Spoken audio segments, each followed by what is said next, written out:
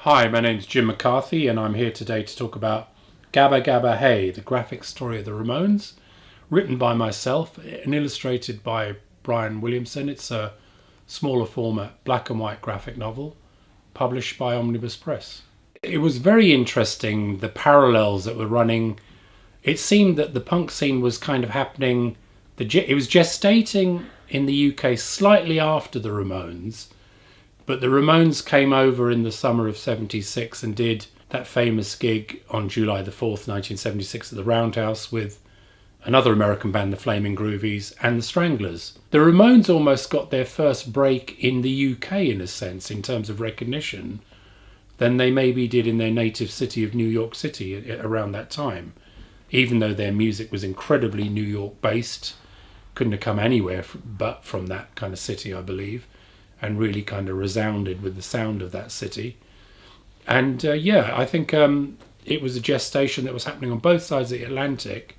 This book was a smaller format, thicker graphic novel with black and white illustration, and I think it lent itself remarkably to their story. I mean, there doesn't need to be colour in the Ramones story. There is colour in the Ramones story, but there doesn't need to be colour visually in their story. It is, for me, a black and white story in many ways. And, down to their kind of almost cartoon-like look, which was very basic, black and white t-shirts, black leathers, white sneakers with a touch of blue, which is the denim. Brian Williamson's work, I think, in this book, the artist's work, is really top-notch. And I think this page, for example, of Joey walking down a New York street catches the kind of soiled underbelly of New York as it was then. And I think that also with my art direction for the script for the artist, I wanted him to use different styles in the book, which he's done. Part of it is comic art in the sense of comic art in the sense of actually drawn straight onto the page. Part of it's photo collage with comic art. Part of it's symbolic looking artwork where, for example, they've morphed into the Simpsons on one page. And I just think there's a lot of Americana in the book, which is very interesting.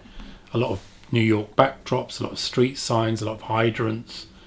And I think Joey's backstory, where he grew up in the boroughs of Queens as a young Jewish boy, there's also a lot of interesting backstory of growing up Jewish in New York, which I found quite interesting and hadn't been able to write about before. There's also a very interesting sequence on page 22 of the book where Joey's mother is talking to one of her friends, and Joey and his brother are downstairs in the basement sniffing glue, and they can hear the kids sniffing and the visitors saying, sounds like the boys have got really bad colds, and they're downstairs laughing their heads off. And I think that moment in the book is a really filmic moment that it just all worked perfectly well. The script allied to the art. That's one of the great things about graphic novels, when you sometimes get that slightly filmic dynamic. I know it's more static than film, obviously, but it really worked really well. I thought it was a really funny sequence, and in some ways it just works perfectly well within the setting of a graphic novel. Another thing I found interesting again in this book, which runs parallel in some of the other books, is the kind of art school connection. It was also very interesting to put in some stuff on Andy Warhol, who was somebody that was a very big influence and somebody I was very interested myself in when I was at art school.